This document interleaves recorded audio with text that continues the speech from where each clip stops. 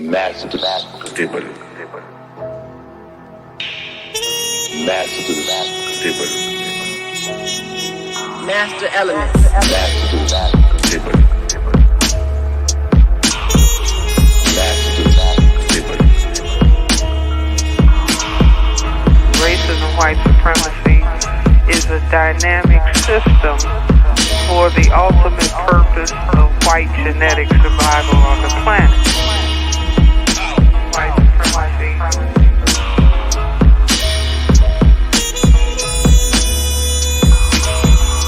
You are in an evil system, a system that is designed deliberately to produce evil thoughts, to produce animosity, to produce violence. Introduction to African civilizations and man-garden civilization. Master stable.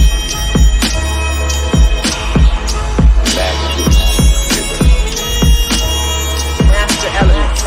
Master stable.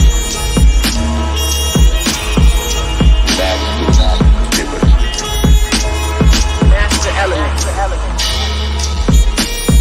We dedicate lives to the study of history. They didn't tell us that if you give up the man, you're going to take one of these things and it's worse and it will destroy your nation.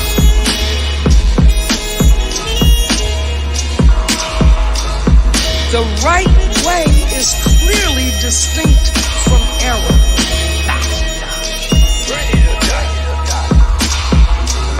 Racism is a competitive relationship between groups of people who are competing for the ownership and control of resources, wealth, and power.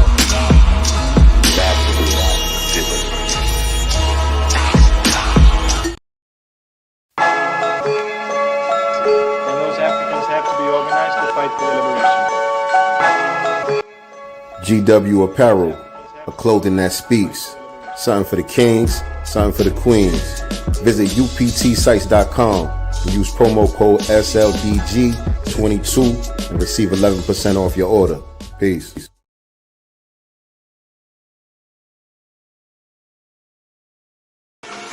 I am a critical thinker, here to bless you with lyrical tinctures. I am the black dot, the point of reference, the metaphysical link to the Moors, the Mayans, the Aztecs, the Incas. I am here to remove the blind spots and clear the view of your spiritual blinker. I am something out of nothing. I am the alchemical bringer of change. My name will continue to linger. I am legend. If consciousness was a game, I would be considered a ringer. I am because we are.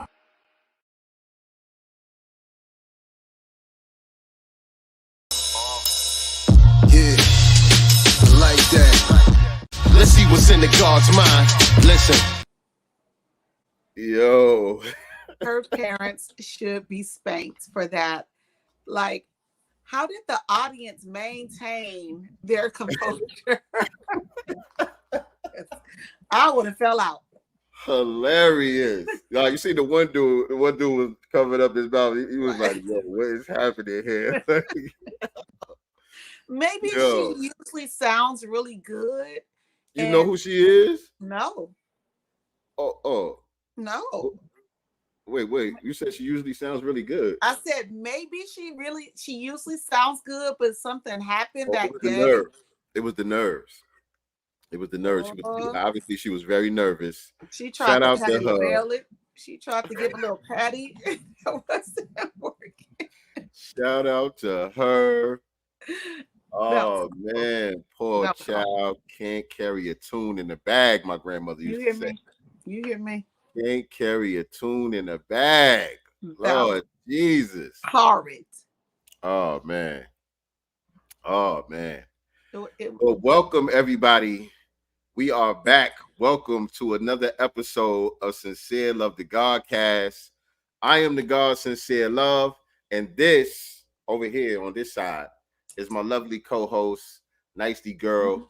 We back in the digital building, man. We ain't been here in a while. What's going on with everybody?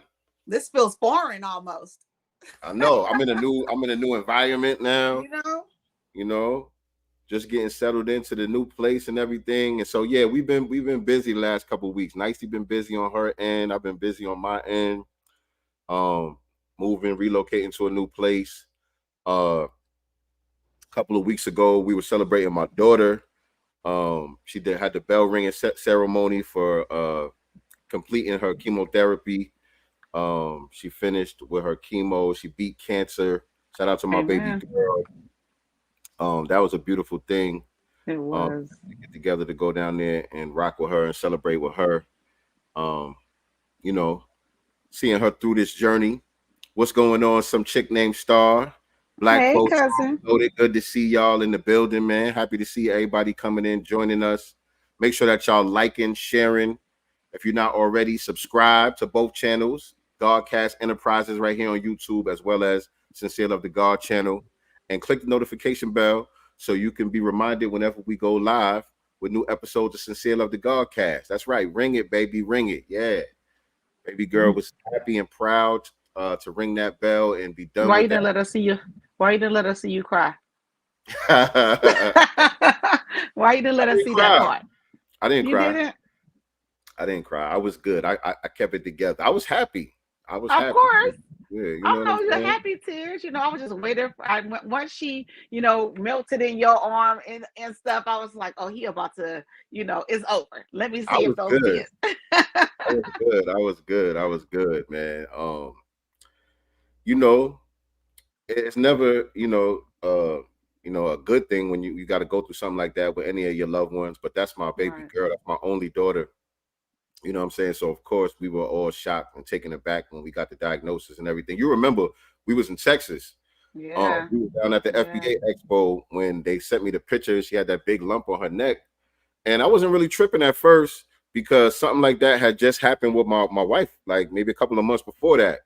And they tested it and it was benign. It wasn't cancerous or nothing like that. So I was thinking, okay, allergic reaction, Yeah, but when we got the diagnosis, of course, you hear that word cancer and, we don't really understand what it's all about and all of that. So it was scary and it was crazy. But to be honest, like 6 months, she had to go through that and it was pretty smooth. Mm-hmm. It was pretty smooth, considering, you know what I'm saying, what it could have been and some of the horror stories that you hear. Of course, she had to do the chemotherapy, so she lost her hair.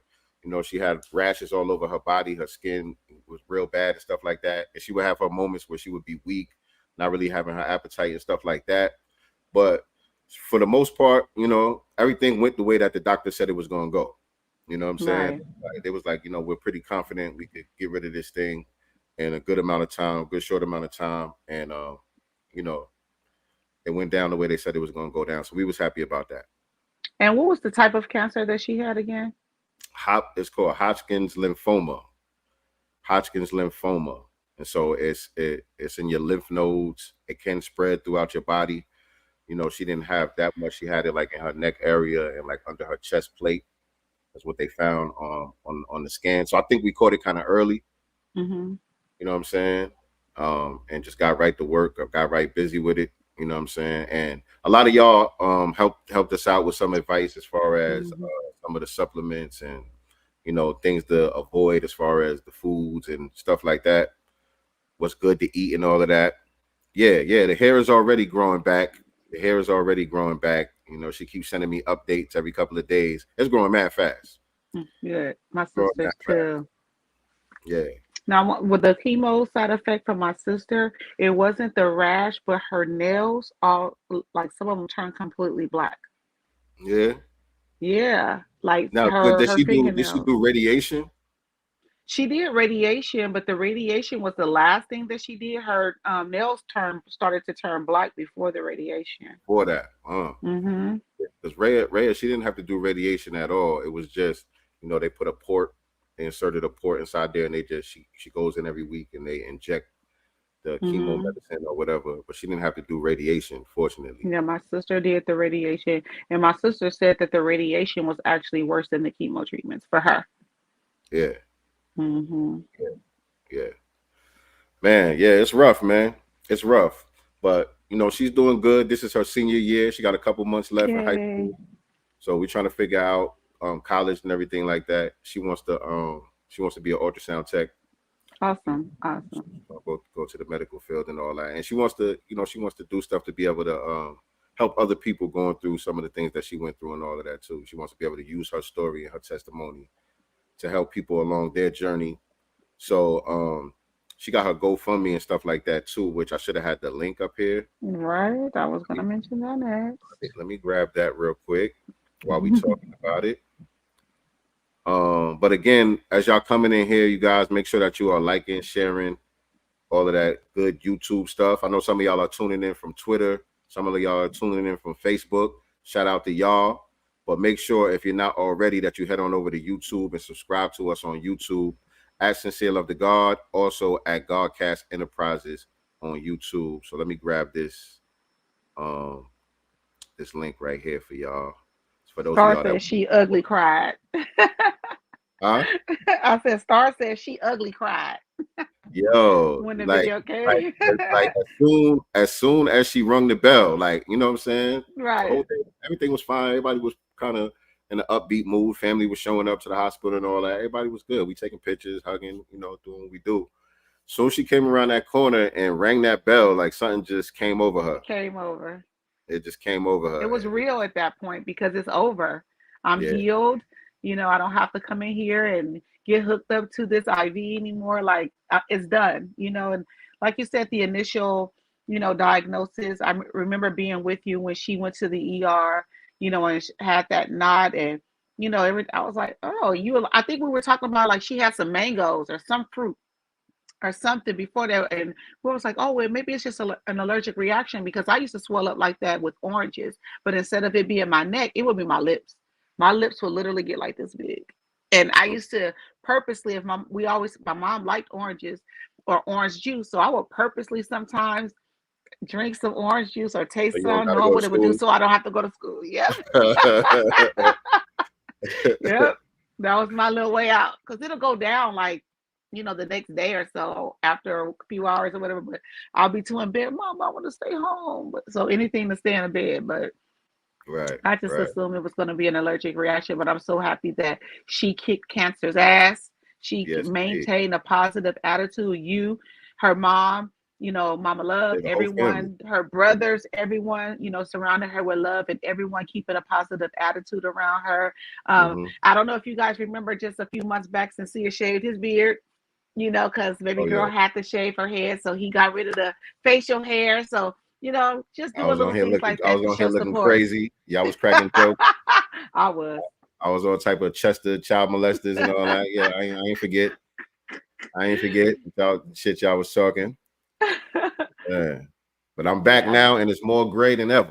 It's more gray than ever now. Shit. But that's the GoFundMe link in the chat, y'all. If you guys want to support baby girl with her college fund and all her goals that she's trying to achieve right now, y'all can click that GoFundMe link. And shout out to my son Zelo as well. He just dropped a new joint supporting his sister too. Y'all can find that on, I think it's on all the streaming platforms. His name is Zelo, Zeelo, and the name of the song is what's the name of the song? Let me pull it up on my Instagram because I shared it.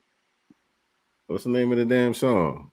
The name of the song is I'm having a brain fart. Okay. Crazy for You. Oh, Crazy for You. Yeah, Crazy for You. Crazy for You. So y'all can go check that out too. That's available on all streaming platforms.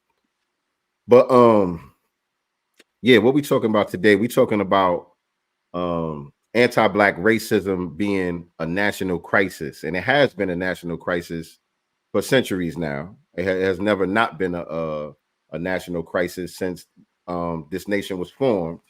But our issues always seem to get pushed to the back.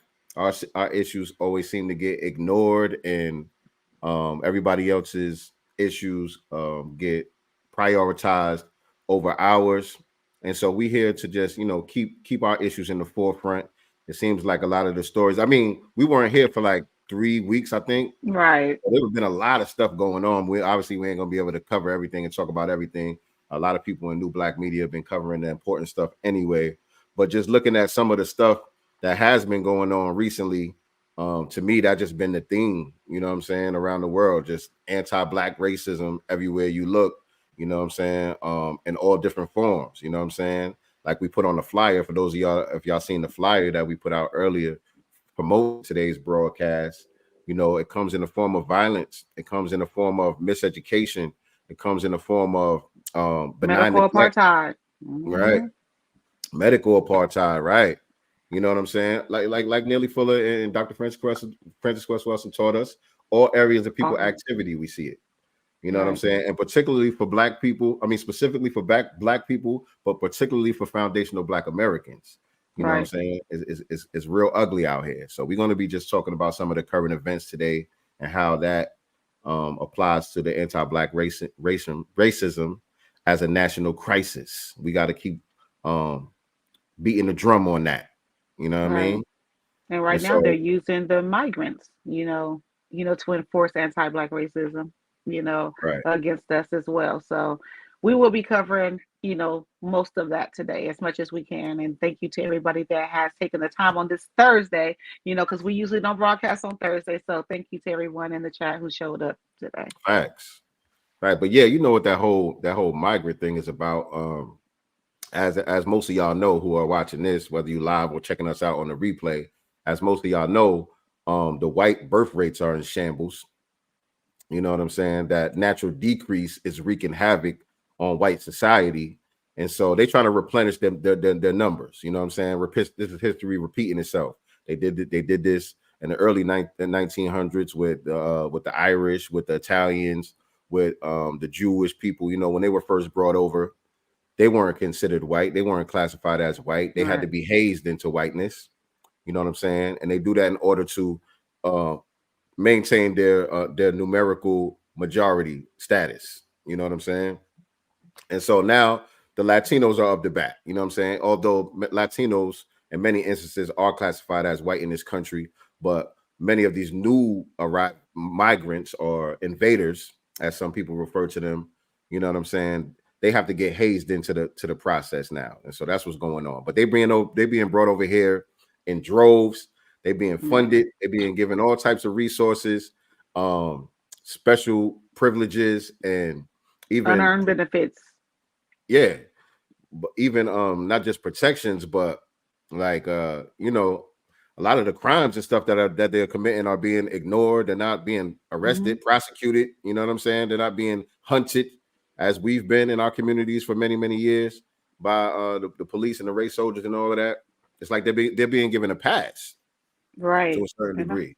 We see this happening all across the country, particularly in these democratic cities, these sanctuary cities and all of that. One I'm in. Oh, in New York, you know, it's real crazy out there. It's definitely here. And speaking of, you know, things that they're doing that's going unpunished out here in LA. I don't know if you remember last summer, you always out. My son was always asking me, can he go to the beach with his friends? And they would always go in the evenings last summer to this beach called Dockwaller Beach or whatever. So Dockwaller Beach was like their evening hangout. They would go up there about 3-4 o'clock, stay up there to 10-11 o'clock. You know, they allow you to do bonfires and stuff like that up there at Dockwaller. So it's a really cool beach or whatever. But there was a young man, or kid, I should say, 16 years old, who was recently jumped by a bunch of anti-Black Latinos. And while they were jumping him on camera, by the way, he's in the hospital. You know, he suffered some major injuries and things like that. But they're not really calling it a hate crime either. Now, shout out to his mother, because she, you know, mentioned when she was on the news and things like that, she mentioned it being a hate crime, because as they're kicking, stomping him and beating him, they're calling him all kind of racial epithets. And no one has been arrested yet. No one has been arrested yet. Yeah. And that's the part, you know, that's, you know, not that we're surprised. That's it right there. Yeah, but. Oh, my bad. Hold on. No one has been arrested as of yet. So yeah, his mom is, you know, stepping up, and she wants justice, as she should.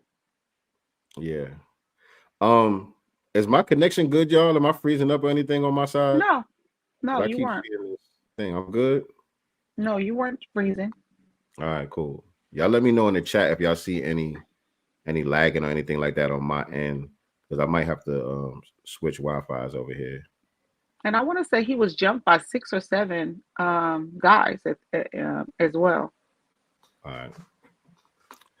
Yeah, man. Yeah. So again, the anti-black racism, and it doesn't just come from the Anglo white society, from traditional white society. We see it coming from all of these groups, like we were just talking about with the migrants. Many of them coming over here, they're hostile towards us. They have anti-black sentiments in their culture, and they're very much hostile towards us. And a lot of them is even bragging. They over here, they're making videos bragging about living off of our tax dollars and all of that, and how they don't need to work and all of that stuff. I've just seen videos like that floating around.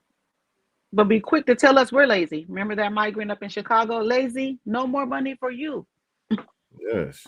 Yeah, but you have the honest ones who like, look, I'm chilling right off these public assistance and Section 8 on y'all tax dollars, and I haven't put one dime into your economy. And part of the money that I'm getting from your government, I'm going to ship it back home every chance I get. Right. Some of that money. And meanwhile, it's an election season. And how are Kamala Harris and Joe Biden running around campaigning for the black vote? What kind of things that they've been putting out there to try to campaign for the black vote? Well, Biden's wife will be in Atlanta, by the way, to talk to y'all about voting for Biden. By the way, she's going to be out there in good old Atlanta, to galvanize folks to vote for her husband. Is she gonna be at one of the churches, or church's chicken? Right. With some hot sauce. Let me see. So President Biden's campaign said she will launch Women for Biden Harris, an organization program in key battle states such as Georgia aimed at mobilizing women to re-elect the president. So she will be out there in Atlanta. And I saw something with Kamala too. I forgot what that was. I seen something earlier. I think we might have it in there with Kamala. Some initiative started. Ain't got nothing to do with us. Ain't got nothing to do with no tangibles or nothing. But so-called, this is gonna ramp up the black. Well, she's doing a college tour or something like that. She's going to the black college news and all of that to talk about Roe versus Wade and abortion rights and all that. And they're going to be paying students for getting people to register to vote. That's what it was. They're gonna they just started some new initiative where they're going to be paying students, college students, to basically get out the vote. You know what I'm saying? And the issue that they're using to galvanize the troops is abortion. And they only go on the HBCUs, by the way. I didn't see anything about them going to, none of these PWIs with this campaign message. This is reserved for the HBCUs. That's crazy. But keeping it on the migrants, man. Black people, foundational Black Americans in particular, are fed up with this nonsense that's going on. I don't think it's really looking good for the Democrats out here. So I see the stuff that they're doing, keep doing it. This is good, because what they're doing is they're waking more and more of our people up to what's really going on and how we should be moving politically out here. You know what I'm saying? And so this happened over here in Chicago recently. This sister out here, I'm loving Chicago right now, at one of these town halls, letting these folks know what the business is. Let me play this for y'all. All this asylum seeking lie, all this about refugees. No. What's happening is they're emptying out the dregs of their jails into the United States, into our communities. They're junking up our country. And yeah, we feel some kind of way about it because it's our country. It's our country. People like that. And fair use for the music that's behind the video and all that too. I don't want to get no strike for the music, but I think we should be good. Look how disrespectful they are. Now you just pay that man a resolution for his father's restaurant. And every time we get up and talk, he's working the spoon. Look at him. Look at him. But he wants his resolution for his father to be respected. Vasquez, Lopez.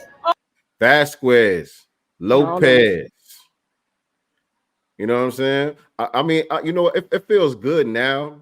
We've been doing this for a while now, Nicey. We've been on this thing for about 2 years now. But people in the new black media have been even longer than this, talking about this fake black-brown coalition that never really existed, this one-sided coalition, and how ain't really no such thing as no brown people. These people identify as white.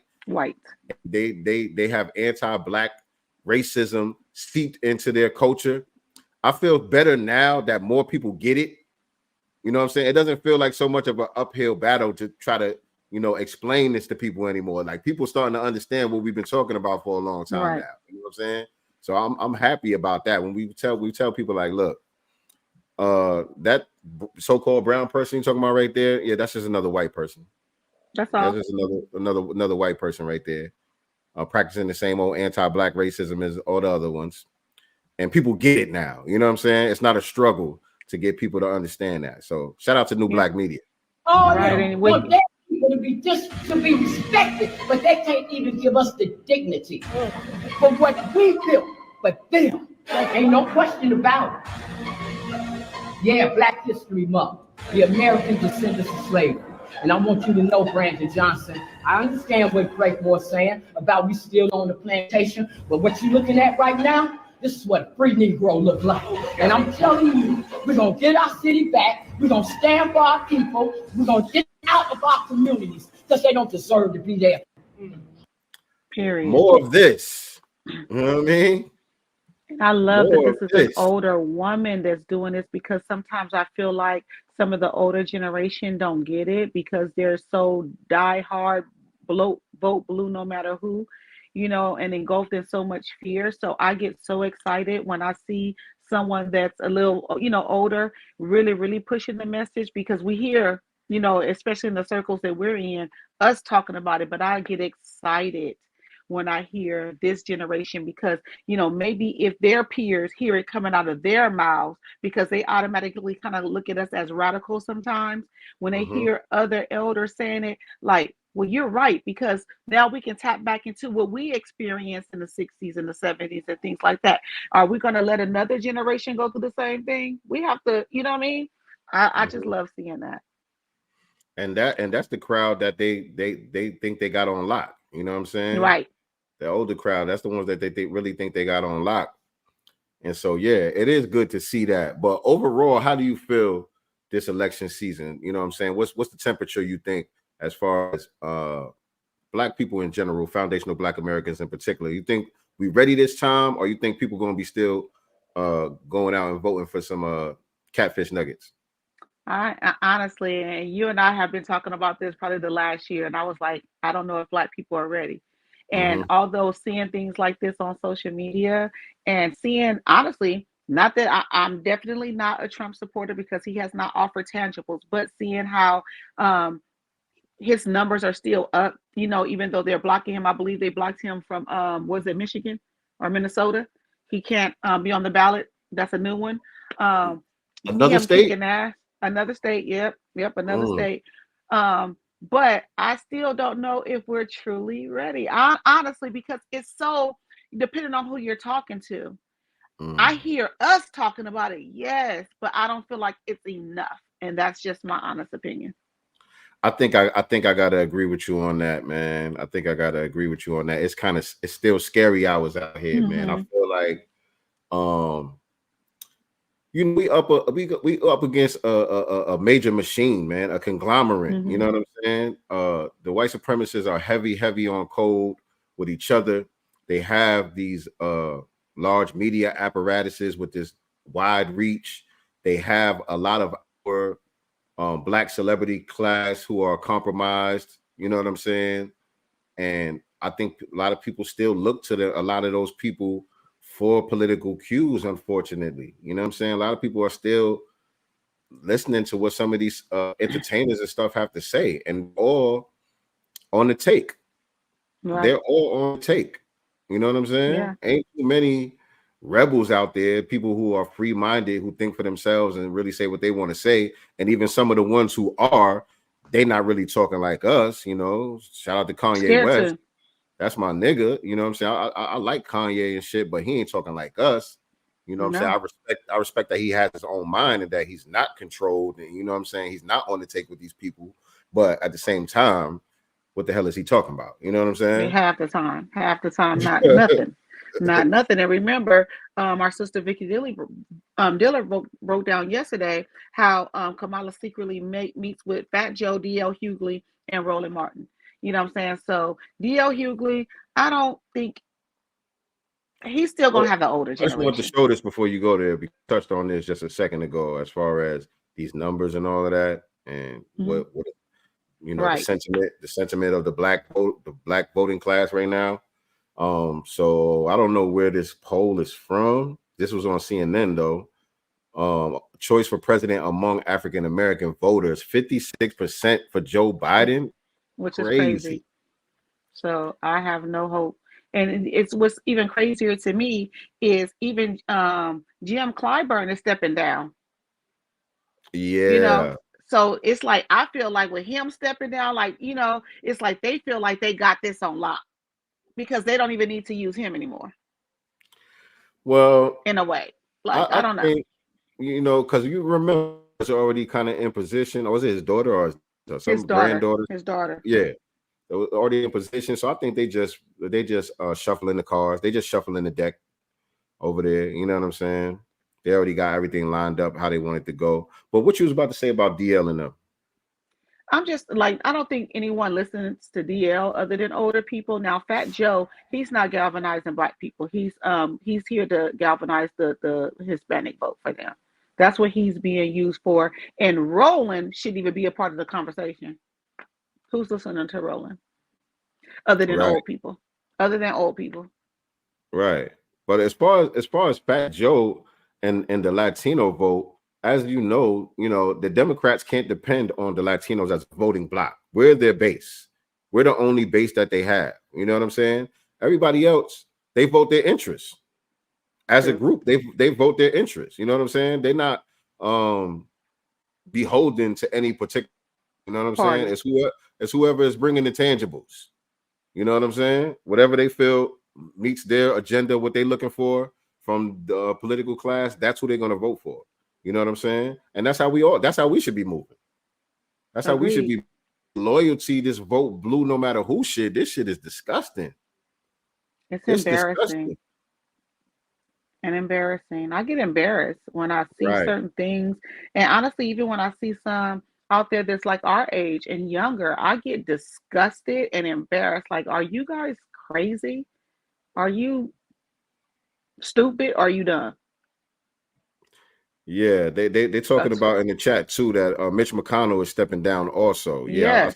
Me and Mama Love was talking about that the other day, but he's waiting until November for whatever reason. So after the election, but then technically, yeah, they're holding on to him until the election is over. They're like, all right, basically he's just a shell right now. He got to get wheeled around. He don't know which way is up. He don't know what the hell is going on. But they're like, all right, as long as the heart's still beating, as long as he still got a pulse, we just gonna keep him in here at least till election season's over, till we figure out, how we gonna replace him real quick. If he make it, I'm gonna just say that if he make it, because some of these folks is dropping like flies recently. Right. Yeah, the Rothschild dude, he just kicked the bucket. Right. He was about 300 years old or some shit. I'm saying 305.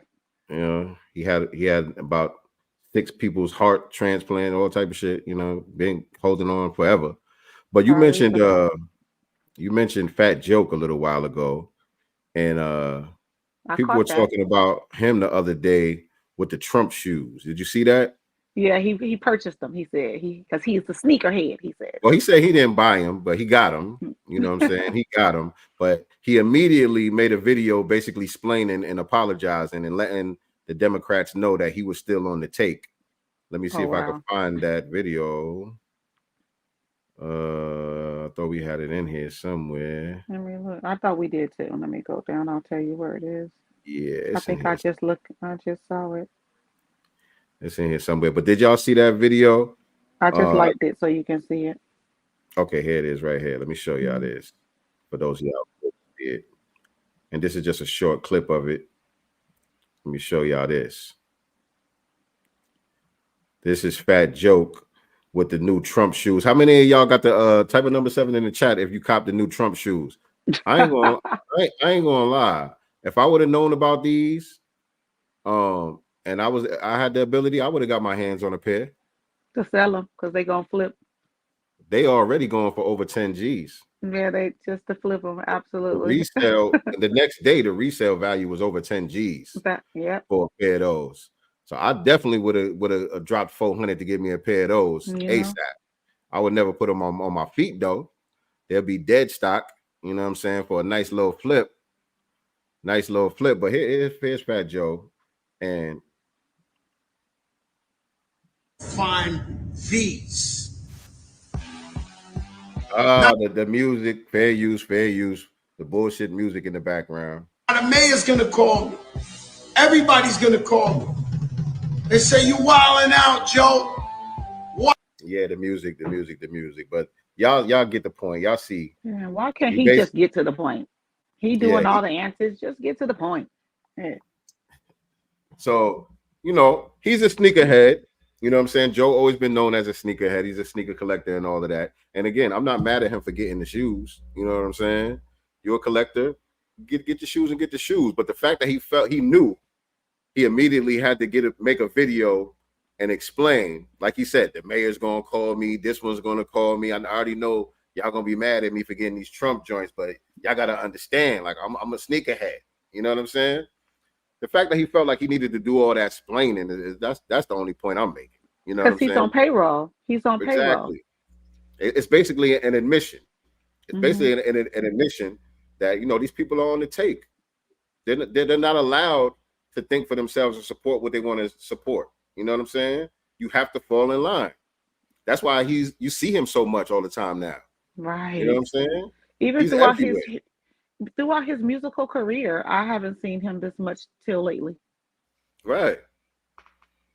They got Fat Joe everywhere now. You know what I'm saying? They wheel him out for everything now. He's the liaison for the Democrats, the Hispanic caucus or whoever the hell he's, the hip hop. I don't know who he's supposed to be representing. I don't know who his constituency he's black is. sometimes now, so we can't forget that. So he can go either way, because once in a while he likes to claim he's black too. Yeah, I'm black. Yeah, I remember that. Yeah, when he was Drink Champs with that bullshit. And you had Remy co-signing that shit, saying the same shit too. Crazy. But also, before we get into another topic, I think we should have hit this one up right away at the beginning. Rest in peace and condolences to the family of our good brother, Mr. Eric Mays, Flint Councilman, Mr. Eric Mays. He transitioned last week sometime, so I just wanted to make sure we mention him on the broadcast. And again, peace and condolences and love to his family. Absolutely. Rest in power to the good brother Eric Mays out there in Michigan, giving them the blues. I know he's still going to be giving them the blues, In spirit. In spirit, you know what I mean? They're going to have some order. They're going to have some order, guys.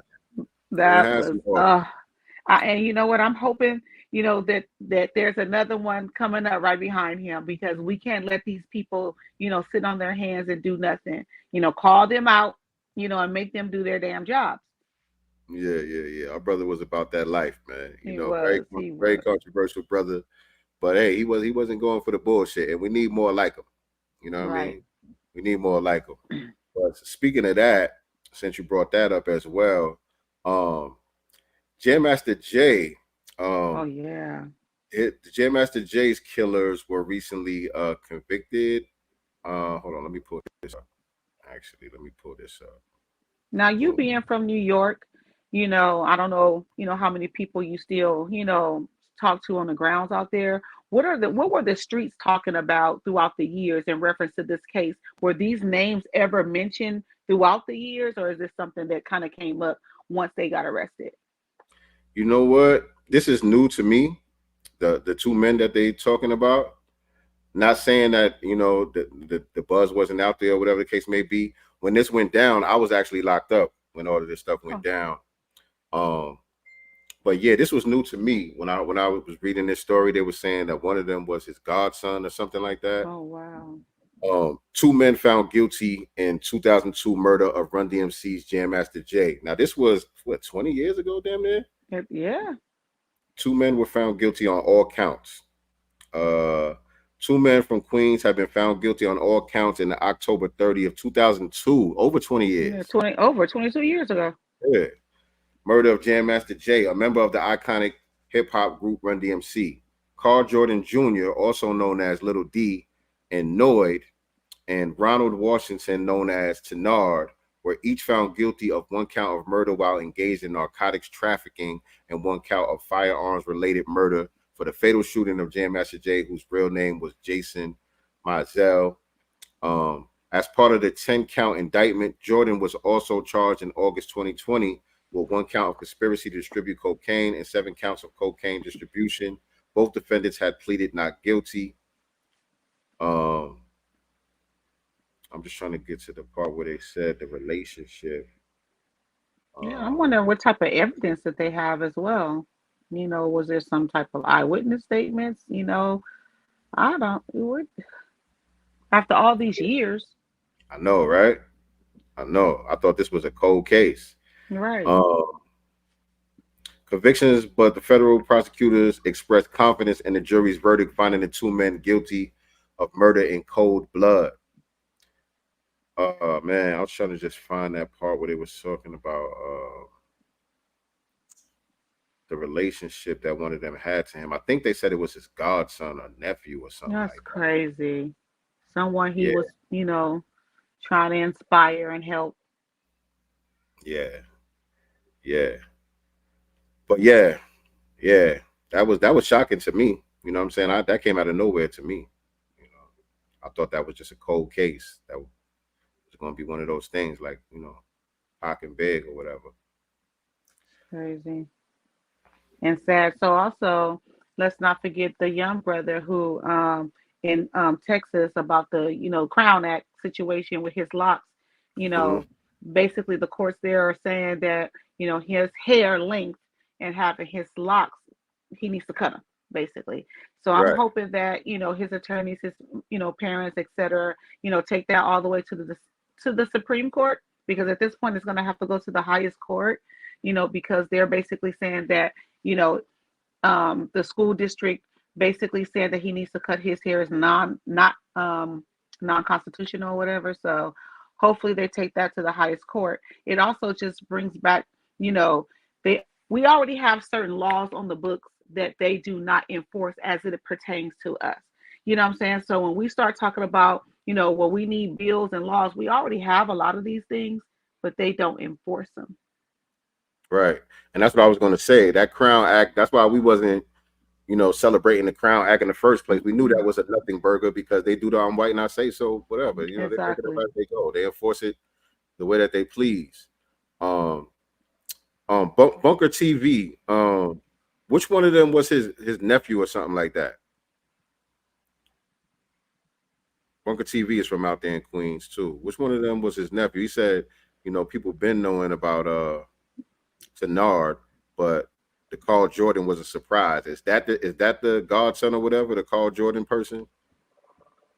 But yeah, Carl was the nephew. Okay, makes sense. Yeah, because usually the streets know. That's why I was like, what was the street saying? Because usually the streets know, just like with Nipsey Hussle.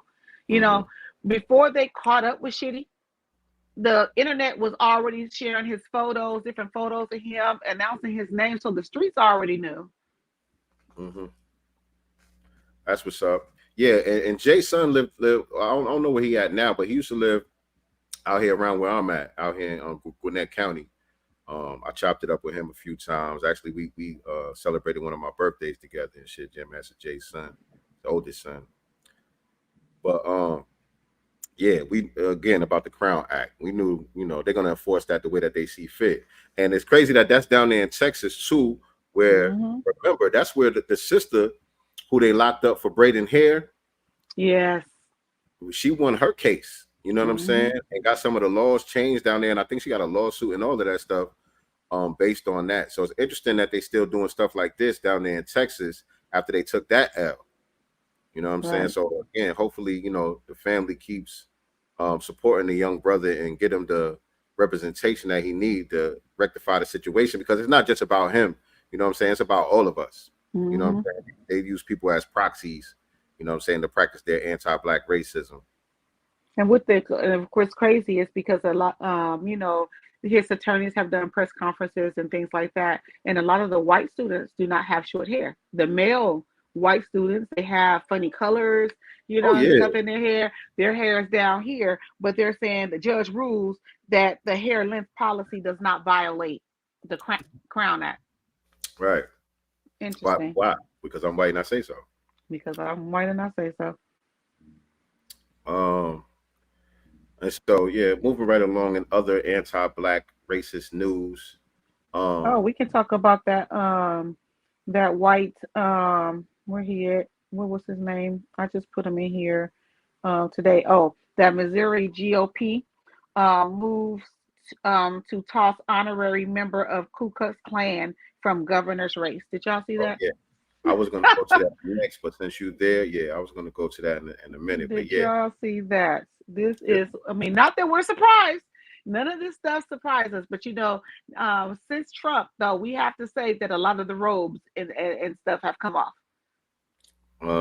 A lot of the masks have come off. You know, these people are just bold with it. I'm being bold over here with all these damn tabs I got open. Hopefully, I don't lose no connection. I don't lose no connection. But let me show y'all this. And his name is Daryl Leon McClanahan. He got Klan in his name. Yes. McClanahan the third. Yeah, here you go right here. Let me share this with y'all. Hey, you want to read it nicely? Read a little bit of it. So the Missouri Republican Party said Thursday it was working to remove a Republican candidate from governor from the primary ballot after a picture of him appearing to do a Nazi salute while standing in front of a burning cross resurfaced online. The picture, the candidate Daryl Leon McClanahan the third is seen apparently saluting alongside a hooded man in a Klan's robe. The Missouri Republican Party has been made aware of Daryl Leon McClanahan III filed for governor as a Republican despite his affiliation with the Ku Klux Klan, which fundamentally contradicts our party's values. Yeah, right. Wink, wink. And platform. The party said in a post on X Thursday, we have begun the process of having Mr. McClanahan removed from the ballot as a Republican candidate.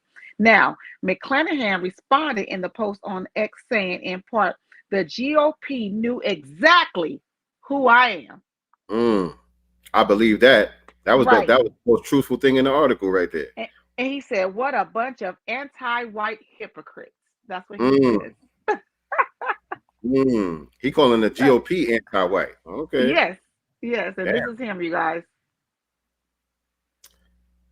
Yeah, it's him throwing up the Nazi salute and all that, standing in front of the burning cross and all of that. This guy was the front runner, by the way. Right. The front runner for the Missouri governorship. Let me read this other part because you know we've been hearing this term for a long time, so I have to read it. McClanahan's campaign website describes him as the conservative voice for governor of Missouri, and lists one of his campaign's promises as opposing the woke agenda. Oh, so that's the Missouri version of Ron DeSantis. Right. Okay. And so for what reason, for some reason, the Republican Party flipped on him. I guess he was just he wasn't codified enough, I guess. Right. Totally. He wasn't codified enough. Yeah, we're going to have to cut our losses with this one here. Yeah. That's crazy. The hoods are off. For wait a minute. Here. This is even in other black anti-black news, and I thought that this was extremely crazy. It's loading. I don't know why it's taking so long. That's weird. Anyway, I'll just read the headline. The one with Terrence Howard. Empire star Terrence Howard hit with nearly a $1 million judgment after saying it's immoral to tax the descendants of slaves. That's why I'm white and I say so if it ain't. Yeah, the way that they worded that, right? Because I was trying to read that shit. Hold on. And it is the Inquirer, so I don't know about this story. This is the Philadelphia Inquirer. I don't know about this this publication here that's writing this story, but yeah, the headline: Empire star Terrence Howard hit with nearly. Hold on, let me close this. Hit with nearly $1 million judgment after saying it's immoral to tax descendants of slaves. So they kind of tied those things together, but really that was like I guess what Terrence Howard was trying to use for his reason for not paying taxes or whatever. Oh, so he ain't made no money. He said he only got paid $12,000. Whatever tax issues he's been having, he started saying, well, as a descendant of slaves, we shouldn't be paying taxes anyway, which is true, which is definitely should be part of the reparations package as well. But my thing with the Terrence Howards in the other world, don't just say that when your ass is in trouble. Well, that's what they all do. Where you been at? Right. You know what I'm saying? Where your ass was at? Nigga, you wasn't with us shooting in the gym, nigga. You know what I'm saying? And I like Terrence Howard, you know what I'm saying? He's cool sometimes. He be, doing a little plebiscite babbling here and there. I don't know what the hell he be talking about sometimes either, but Well, with me, he ain't got a black wife. He doesn't have a black wife. So, I saw that. I thought it was an interesting story, but you know how I feel about that. I can't even, it's hard for me to rock with you, buddy. Nice, you don't play that shit at all. Your queen got to be a queen. You know what I'm saying? At all. By the way, which reminds me, how was the shindig at the Hidden History Museum? Yeah. Of course, we always have a blast up there, y'all. Like, if any of you have not been there, you definitely have to experience it. And not just for the entertainment portion of it, because obviously Dewan B is a phenomenal host. He brings some out LA's best, and not just LA's, but some of the best comics, that are out there. So you're going to enjoy that no matter what. I think it's like the before and the after, the mingling amongst, other like-minded, Black people. And you know what I'm saying? Like, the vibe is just different. I can't even explain it, but it's just a cool vibe being amongst your people who think like you in a way, politically, just codified people. All throughout. And when I say all ages, me and a few of people that were there were talking about, like, it's a lot of older people that's showing up, and I'm talking about like late 50s, maybe even in their 60s, but these people are codified and on code as hell. And I love seeing that. It's no judgment. All you pull y'all pants up or, vote blue no matter who. I think it was Dewan or one of the other comedians said, who out here is voting for Joe Biden this election season? All them niggas was like, boo, yeah, what we getting? So that was just so fun. But yeah, it's a vibe. It's literally, I really don't hang out too much as far as like, I definitely ain't clubbing. I was telling somebody that night, I was like, I'm not doing clubs. I'm not banking and bouncing no more. I'm not about to be in some 3 to 5 inch heels, twerking and dancing, feet sweating. I can't do that no more. But I get to laugh, I get to mingle, I get to, dance in my little space if I want to, you know what I'm saying? Because the music is going, but I don't have to do all those extras. It's like grown people. No codified grown folks. It's just a vibe. I love. I wish he could do it more, but obviously he has that permit, thing going on, but it's a vibe. Y'all have to experience it. Good to be in a room full of on-code folks. Yeah. For whatever occasion. But I did hear that it was a couple of bed bugs in the building as well.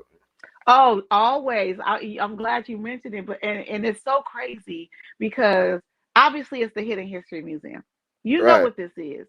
And then there's a bunch of Black comics coming up in here. And then here you go with Negroes coming up in there with Kim Chi, with Becky and them, and will sit right in the front. Or at least a second. I'm like, you just. They get roasted at least? They get roasted at least? Yes, they're going to get it. Yes, every single time. I'm like, and it's just, I feel awkward for the women, kind of. Yes, and then you can tell when they walk in this room full of Negroes, you know what I'm saying? All you see is them like kind of extra moving their hair. It's like it's a nervous thing. You can tell because your hair is not in your way, but they're constantly flipping it and things because you're just nervous, about being in the room with all these Negroes. What's her name? Tashina Arnold came, so I got a chance to meet her for the first time. That was dope. But yeah, it's a vibe, you guys. But yeah, Negroes, Bucks is coming. Them bed Bucks is coming every time. Yeah, no doubt. So it's a couple of other stories I want to touch on real quick dealing with this national crisis that is anti-Black racism. And so one is with these two Marines that got charged. And also talking about this thing that came out about the DC residents making up 90% of the pregnancies. 90% of the pregnancy-related deaths. Actually, let's do that one first. Let's do this one first. Let's go here first because, like I said, we're dealing with a crisis here. That's medical apartheid. Right. Yeah. Right. And this came out a few years back, but I just thought it was relevant to the topic. But they was talking about this back in 2022.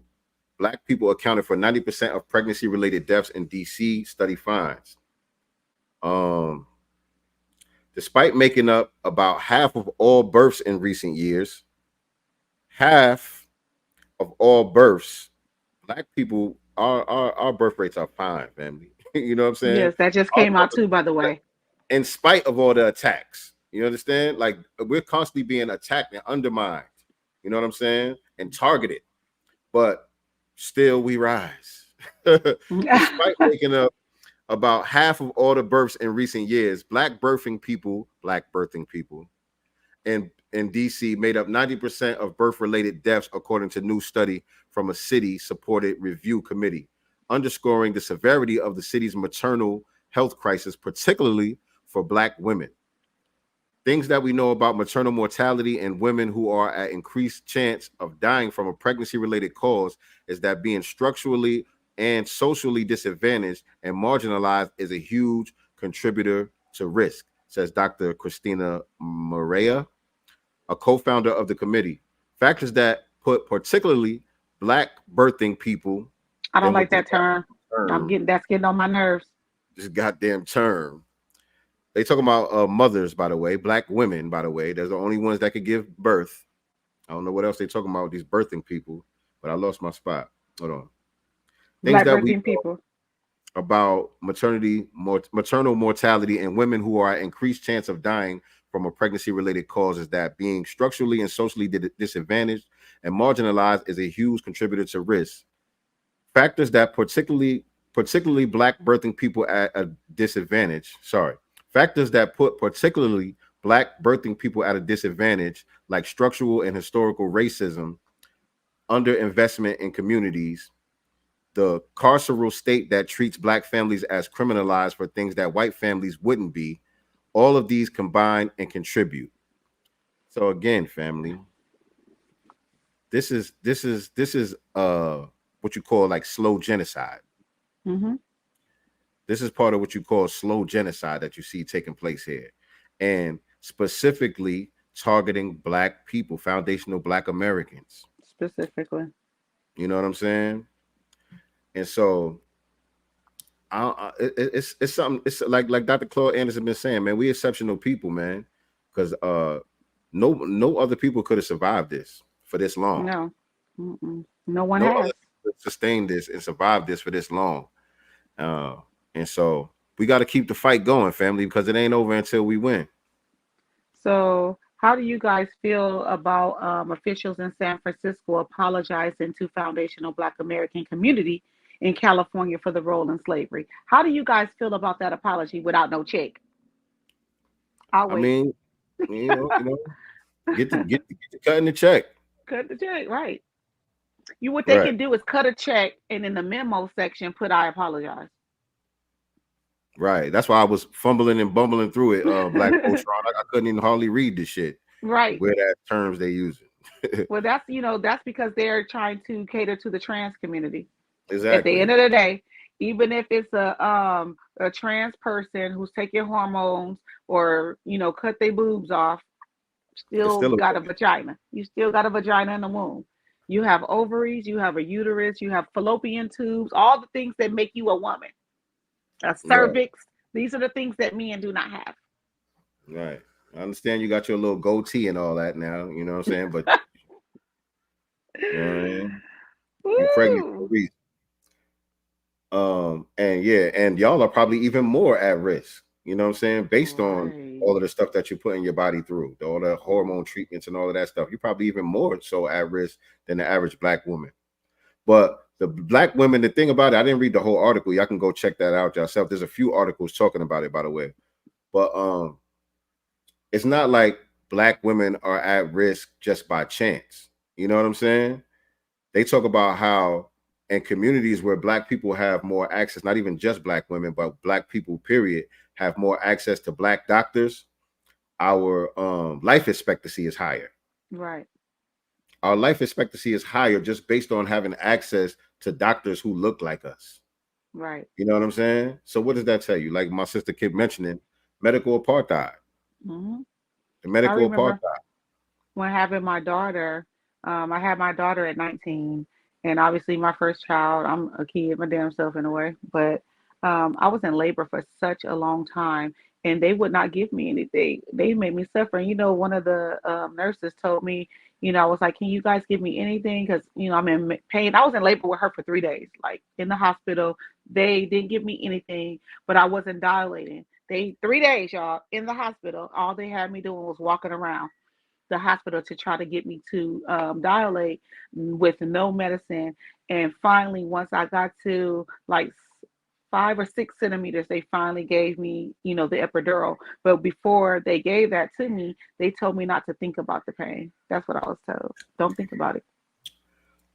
That's crazy. Here like, yeah, that was one of the nurses like, just don't think about it. I was like, bitch, what do you mean don't think about it? Like I felt like I was dying. That's crazy as hell. Yeah. And when we were having 7, my wife was going through her pregnancy with 7 and all that. She had a black female doctor throughout the whole pregnancy. You know what I'm saying?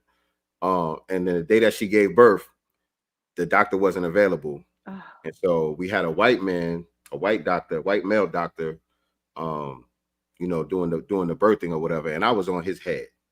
I was on his head the whole time. Like, nigga, we ain't gonna be no anything that she say she need. We're gonna make sure she get what she need, because she wanted to go through it without no epidural or nothing.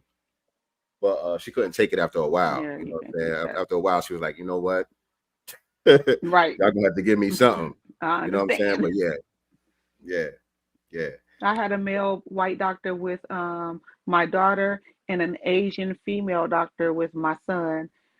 She was cool, you know, but my experience with the first one, they told me not to think about it. And I was already in labor 3 days and not dilating. That was crazy. Yeah, man, we behind enemy lines, you know, and anytime we have to encounter any of these institutions, it's a risk. You know what I'm saying? And I realized that too, even outside of the medical thing, even with school, right? Because you know, we recently just moved to a different place. We moved on the other side of town, but I didn't want to change 7 schools, so I still got them in the same school. Don't tell nobody.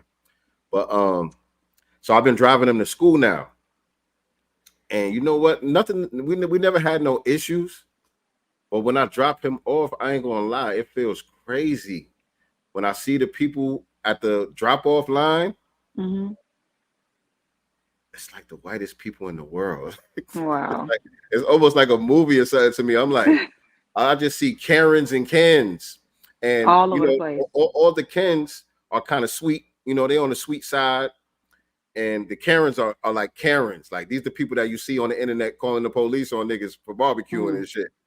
You know what I'm saying? And you know, we've been going to the school for a couple of years now. We never had no problems or nothing like that. But I'm just saying, the feeling it hit a little bit different than when I was taking him to the bus. He get on the bus, he go. You know what I'm saying? But now when I pull up to the school and see these faces, I'm like, am I sure I want to leave him here?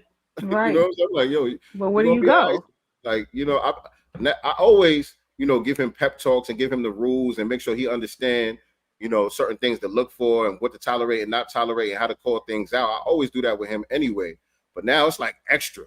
You know what I'm saying? I feel like I put a little extra on it now. It feels crazy. Yes. I know. Yeah. Shout out to my brother Ish. I know you used to live out this way too.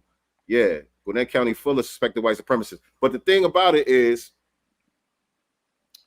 the majority of the suspected white supremacists in my area, these are your right wingers. These are your Trumpers, right? And to be honest, I'd rather deal with them than the liberal suspected white supremacists.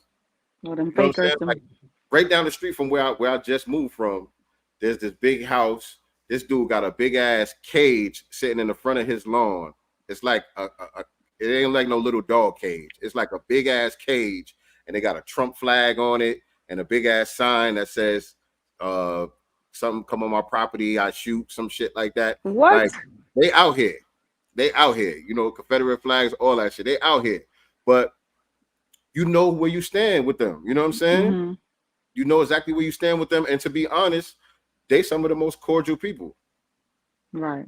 They some of the most cordial people. It be those goddamn liberals you really, really got to worry about. Hey, Sincere, why don't you and Seven coming over and have some lemonade? Right. Speaking of, I wanted, just because you said those liberals. So on Tuesday, I went to an event. Dewan B did a keynote speaking out here on the history of Black music.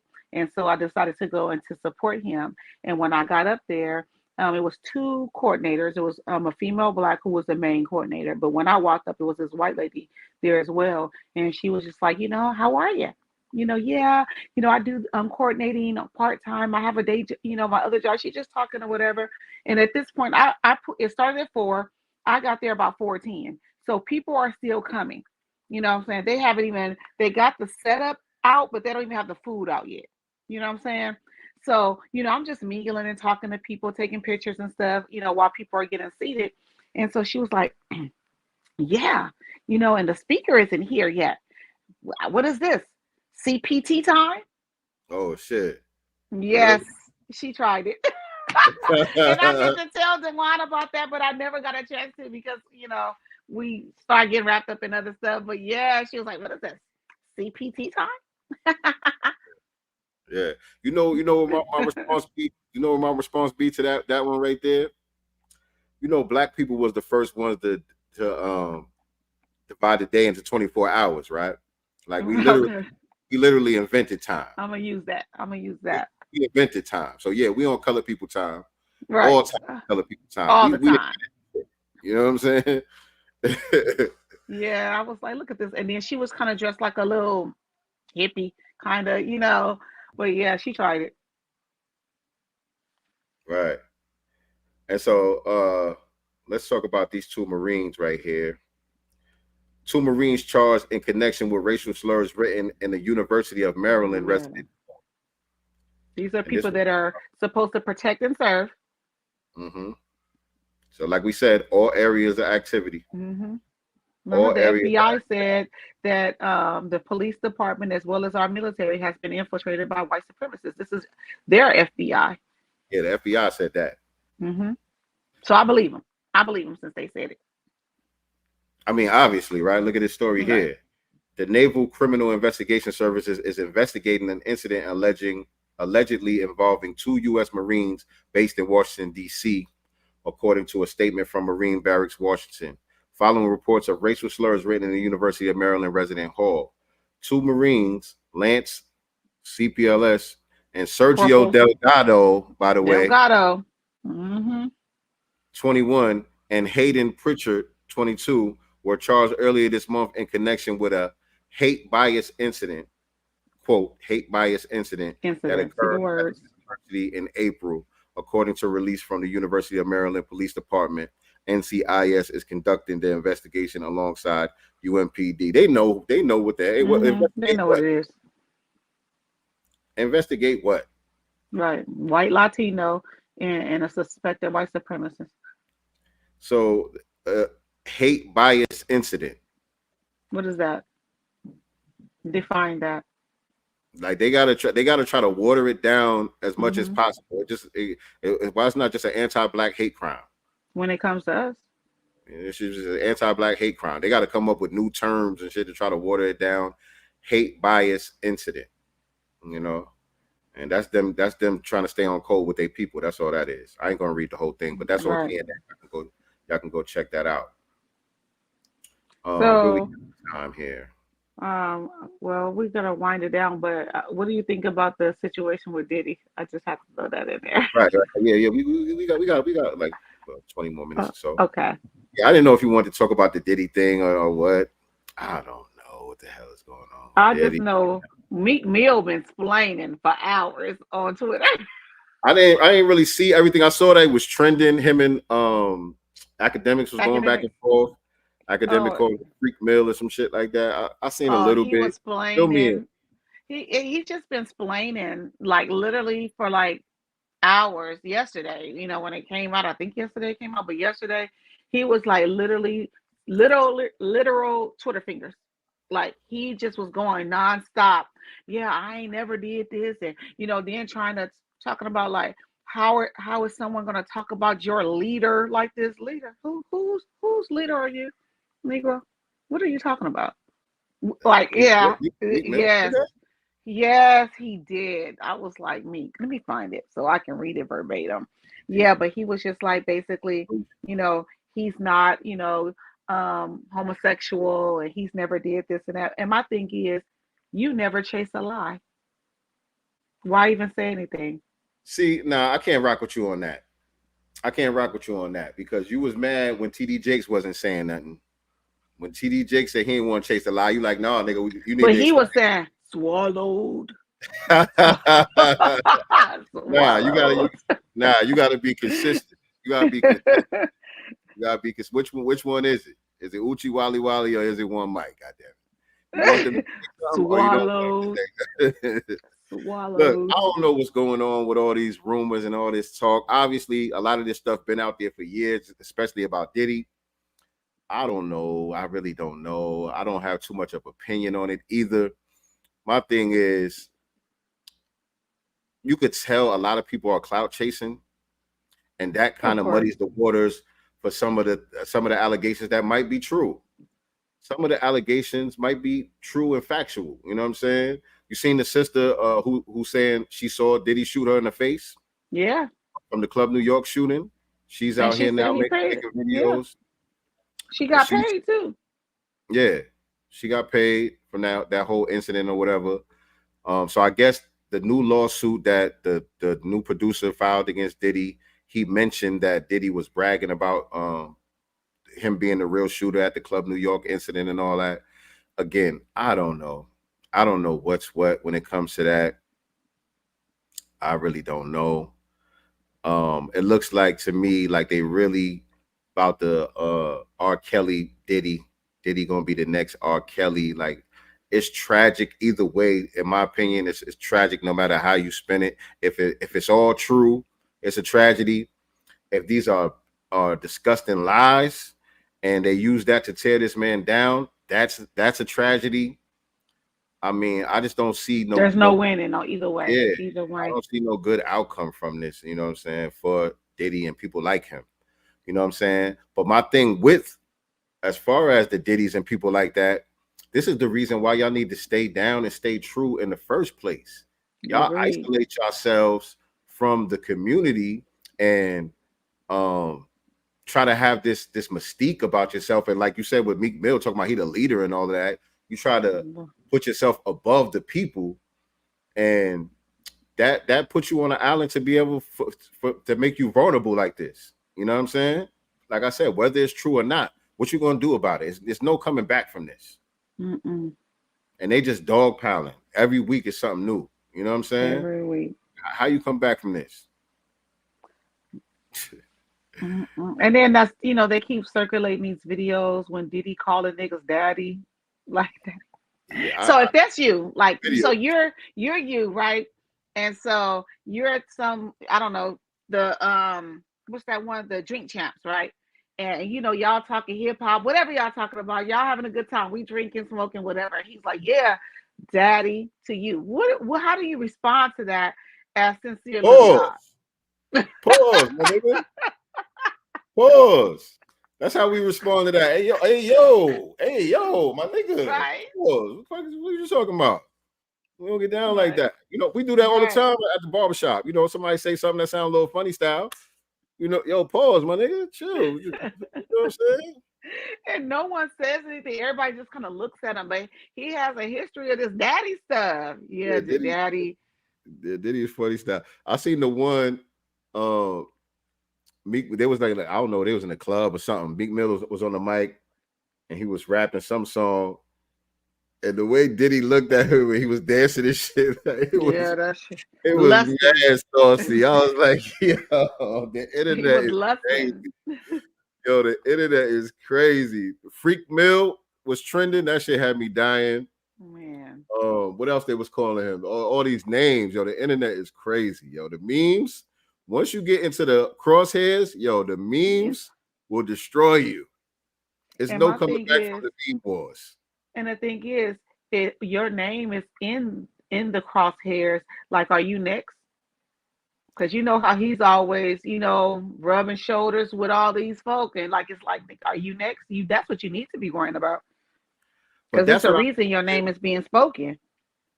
That's what I be saying about like even with people like 50. You know what I'm saying? Yeah. Like, he like to clown and roast people and all that stuff, especially Diddy. You know what I'm saying? But my thing is like, yo, you don't think this could be you? Right. Like this could be you next week, my nigga. You know what I'm saying? Because Daddy Eminem ain't gonna be able to save you. I'm just saying, man. Y'all niggas gotta. Yo, what did you think about that fight at French Montana's party with Busta Rhymes? Did you see that? I seen that. And the one with Cam Newton. I don't know. Yeah. I didn't get the details of what actually happened at the French Montana thing. I just saw the little clip where they was dragging dude up out of there. Right. Busta Rhymes, and they was dragging dude up out of there. But I never heard what happened. What actually happened? And nothing else has been said or seen about it. No, it was some rapper have been released. Right? It was some rapper. Yeah. Yeah. I never heard of him. I remember they said his name, but it was somebody I never heard of. Upcoming rapper. I didn't know what happened with that. But there was also Nizzle Man, the rapper that they were removing name is Nizzle Man. Never heard of him. Never heard of him. Me neither. Nizzle Man. Never heard of him. But yeah, Cam Newton had to hem some niggas up too at one of his events recently. Some dudes, I don't know what actually happened, but from the video clip, some dudes try to jump on him or whatever. Cam was manhandling them niggas, man. I mean, his hat never fell. Right. The nigga hat was on. Never... he had 3 of them niggas. And his hat never even tipped to the side. It just That's a big nigga, man. Man. That's a big athletic nigga, man. He like, man, don't y'all niggas know I had to worry about Von Miller and them niggas running up on me. Y'all little niggas ain't nothing to me. Nothing. I was like, damn, but I don't know what happened, but I seen a clip where them dudes was on somebody's podcast or whatever, and they were saying Cam started the whole shit. Like he was out there antagonizing them for the whole weekend or whatever the case may be. And then so y'all feelings hurt. He grabbed one of the little niggas up, and then they all went to the defense of the dude that he grabbed up, and all we saw was the end of the video. So I don't know. I don't know, because there's a history of these children and teens and stuff like that disrespecting Cam. Like it was grown men though. These was grown men. These are grown men. I'm just saying there's a history though at these types of things that he's doing where they feel the need to walk up to him and be disrespectful. Right. But neither group, neither side, neither Cam or that side plans to press charges, I heard. So that part was cool. The whole resolution part of it was cool. And I thought it was cool the way that they was talking in the interview about, the resolution part of it, how it should have never happened in the first place. And, they kind of embarrassed themselves and all of that. So I feel like the aftermath of it was cool. You know what I'm saying? And remember Ocho Cinco and Shy Shy was we's our own worst enemy. I was like, now y'all have to. I was seeing that immediately. Yeah. I was seeing a lot of that shit immediately. I hate that. It just irks my soul. Like, stop doing that. I hate that shit with a passion, man. Like, niggas don't even know the context of what actually happened, and we already our worst enemy. Like, nigga. You never hear them say that when it's these white school shooters. Right. Like, if it was a couple of dusty niggas, they don't represent me. Right. Shit. Nigga. Like, I was like, look at these two idiots. Like, it just... but it's expected at this point. We have to expect these coons gone coon. But before we get out of here, I also want to talk about my nigga Nas Escobar. Oh, I know you were going to want that. Yeah, but to be honest, I don't even know how I feel about this. To be honest, okay. Like on one hand, I want to be proud. You know what I'm saying? On one hand, you know what I'm saying? I like the moves my nigga is making out here, but at the same time, it's giving gentrification vibes all over again. It feels like almost like the Jay-Z Brooklyn Nets situation. It kind of, you know, I'm not saying that's what it is. I'm not indicting him on that. We need some more information. Yeah, I just don't get it. I don't get that side of it. But what's happening is Nas joins Resort World's $5 billion Queens casino expansion. So when you hear that, obviously they're using Nas as the face of it. But when you're talking about $5 billion, Nas ain't got that type of bread. No. So obviously, you know, there's some big money players behind this. And what they're doing is they expanding this casino in Queens. My brother that was in here earlier, I don't know if you're still here, but somebody in here was in here earlier from Queens, Bunker TV. I don't know if you're still here, but maybe you could tell us a little bit more. This is out there in Jamaica, Queens. They got a casino out there that they expanded on, and they turn it into like a Vegas style resort. You know what I'm saying? And Nas is invested in it. He's been making a lot of smart investments over the years. You know what I'm saying? So on the one hand, it just looks dope. You know, he's from Queens. He's been repping Queens his whole life, his whole career. You know what I'm saying? He does a lot of fly shit in the community. I will say that. You know what I'm saying? And so to see him involved with a big play like this is dope to see.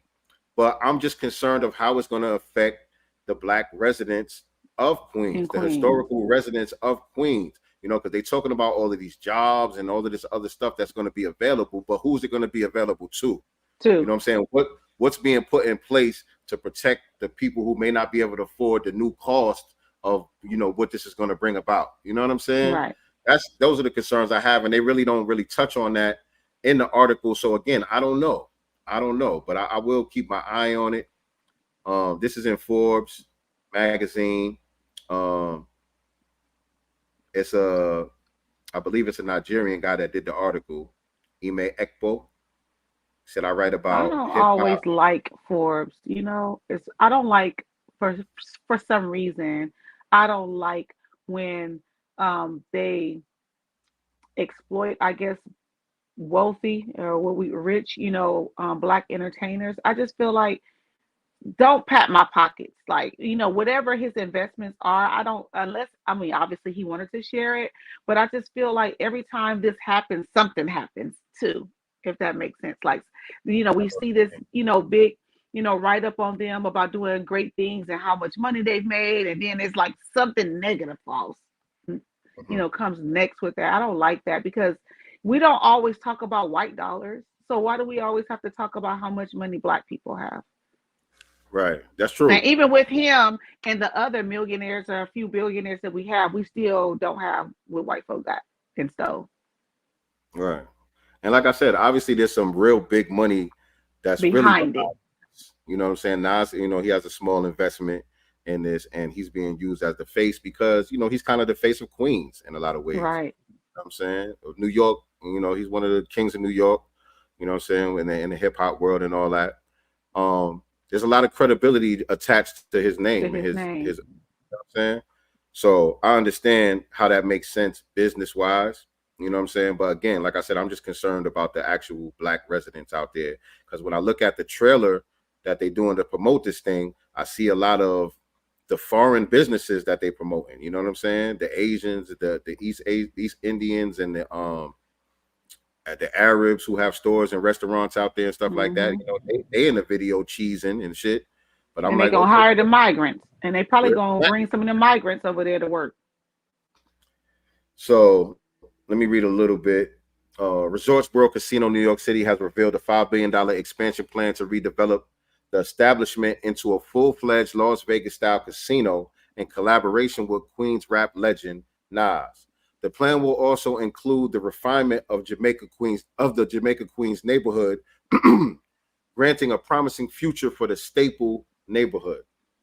The plan proposes to create an array of new amenities, including 1,600 new hotel rooms to the existing Hyatt Regency at JFK Airport, a 7,000-seat entertainment space, a dance club, and a spa. Genting America East, the parent corporation of Resorts World, plans to shell out 3,000 employee housing units and 10 acres of new community park alongside improved transportation options to JFK Airport, according to Commercial Observer. And I want to scroll down a little bit. I'm going to skip through this because there's another interesting component to this story as well. Let me see. Queens native hip-hop icon Nas attended the announcement of the expansion and showed enthusiasm for the project's ability to create chances for families in the local area and draw talent to Queens. So, you know, it could be a good thing if they do the right thing by the people. You know what I'm saying? Right. If they include the people and make sure that they're able to capitalize on new opportunities, then that'd be a great thing. And you know, I don't have no reason to think that you know Nas wouldn't want to make sure something like that does take place. So I'm not throwing them under the bus. But there's a bus waiting if you Nas, there's a bus waiting if you know. You already know. Yeah, here you go right here. Y'all see this picture right here. Yeah. So it is interesting because I think we might have even talked about this on the show a few years ago or last year or something, because Jay-Z is involved with another investment company that's trying to open up a casino in New York as well. So there's a bidding war taking place for this license. There's a certain license that you got to get that costs $500 million to get this gambling betting license for New York City. And there's only one. So they're not going to have a bunch of casinos all around New York City. Whoever wins the bid is going to have the opportunity to open a casino. And Jay-Z is involved with a whole nother company who's trying to bid to get one, I think, in Manhattan. Let me see. Okay. The backing of the local board brings optimism for. Oh, so they were saying how the local board is in support of what Nas and them is trying to do. And so it says the backing of the local board brings optimism for a possible favorable outcome from the New York Gambling Commission as they consider license bids. Rivals in the competition are SL Green Realty, potential Times Square Casino, and Caesars Entertainment partnering with Jay-Z's Rock Nation, setting up a potentially intense battle between these two influential players. So that part is interesting too. Interesting. You know what I'm saying? Nas versus Jay-Z all over again. We got casinos all over California. Say it again. I said we have casinos all over California. Oh yeah. A lot. Well, this is New York City in particular. So they do have different casinos throughout New York State. Okay. But they mostly have like horse betting and off-track betting and stuff like that. No. I'm talking about casinos. Casinos like Vegas style. You know what I'm saying? That we have the Vegas style. Connecticut, Jersey, and I think they have like some of the Native American ones. All ours are native. All ours are native. All of them are native, but they're like some 45 minutes out, an hour, hour and a half, but like some everywhere throughout California. Yeah, but this Vegas style. One of the companies that's in the bid competing for that license is a Native American tribe also. I'm not surprised. Before we get out though, I wanted to talk about those 6 former Mississippi deputies. They pled guilty to, so I don't understand how this is framed. So 6 former Mississippi deputies pled guilty to allegedly sexually assaulting and torturing 2 Black men. So if they pled guilty, how is it alleged? But I'll leave that there. With sex toys and stun guns, each will face up to 100 years in prison and pay millions in fines. So the sentencing for them actually is going to be on March 12th. So we need to pay attention to this. What story is this? The 6 police officers that sexually assaulted those 2 Black men. Remember, with sex toys and stuff like that? No, Mississippi. That was in Mississippi? In Mississippi, yes. This was a big story. The Black cops in Memphis that was like part of that gang unit or some shit? Yeah, we still waiting on that. Yeah, this I happened. got the stories mixed up in my mind. I think I got the stories mixed up. Yeah, so it says sentencing begins on March the 12th for the notorious Rankin County Goon Squad. They are facing real jail time for their crimes, and being at their sentencing hearing has meaning. The location is the federal court in Jackson, Mississippi. All community groups and organizations for justice are invited to support. Please contact Prenay Brooks to sign up the petition to the proceeding judge over the sentencing. So yeah, they get sentenced on March 12th. So that's soon, y'all. We ain't looking for no slaps on no wrist for the type of stuff that they did to these men. Right. Yeah. So we'll keep our eye on that. We'll keep y'all posted on that for sure. But we getting ready to get up out of here. We're gonna close out for today. If you appreciate the Godcast, man, and you find value in our content, you can show your support via Cashapp, $godcastent. That's $godcastent. We appreciate all of y'all in advance. Appreciate y'all tapping in with us today. We're gonna get back to our regular schedule soon. We usually do this on Sundays. I forgot what the hell time. What time do we usually go on Sunday? Sundays we go on at 1 p.m. Pacific Standard Time, 4 p.m. Eastern Standard Time. But y'all, girl, like that. I'm going outside. I'm just playing. So. Right, but Ish, if you're still in here, I got to get up with y'all brothers. We were doing this challenge on Facebook, this 30-day challenge, where some of the albums that influenced our taste in music, and I wanted to get with y'all to recap that. So since Nicely gonna be busy this Sunday might be a good time. Ish, if you in here, hit me up. Let me know what your Sunday looking like. I want to get with you, my brother RP Beats, and the other brother, Mr. Weston, who was dropping, man, gave me a musical education over the past month. Had me doing heavy research, man, putting out some dope ass music that I never heard in my life. Wow. You know what I mean? And so it was fun doing that challenge with y'all. So we want to recap the challenge and talk about, some of our thought process behind, the things that we were posting on that. So we'll probably do that this Sunday if everybody's available. So y'all stay tuned for that. But other than that, me and Nicely will be getting back to our regular schedule as far as our program here on Sincere Love the Godcast. And so we want to get the Black Business Showcase back popping as well. Oh, yeah. So, business owner, entrepreneur, side hustler, and you got something fly going on that you would like to promote on our channel, hit me or Nicely Girl up. Let us know what you got going on, and we'll see about getting you on the schedule so we can get back to the Black Business Showcase and get all up in y'all black business like we always do. Right. But yeah, anything else? Absolutely. We still have our children's book, 7, the Super Heru. Make sure you guys cop that. Of course, you know that we are still dropping volume 2. Volume 2 is still coming, but our illustrator has been kind of booked and busy. So the book is complete. We're just waiting for the illustrations so that we can get those out. But definitely, if you have not already, you can still cop Volume 1, and you can get that at www.godcastbooks.com. That's www.godcastbooks.com. Yeah, make sure y'all go cop that, man. Volume 2 and 3 is on the way, as well as our children's activity book. So, probably sometime this spring, early summer, what I'm saying? Yeah. We'll be dropping those. So y'all stay tuned for that. But again, appreciate y'all rocking with us. Again, make sure y'all liking, sharing, subscribing, all of that good stuff as y'all head on out. We will see y'all in a couple of days, sometime next week. But just remember, family, we are not the master teachers. We are only the master students and signal boosters for the voices of the new black media.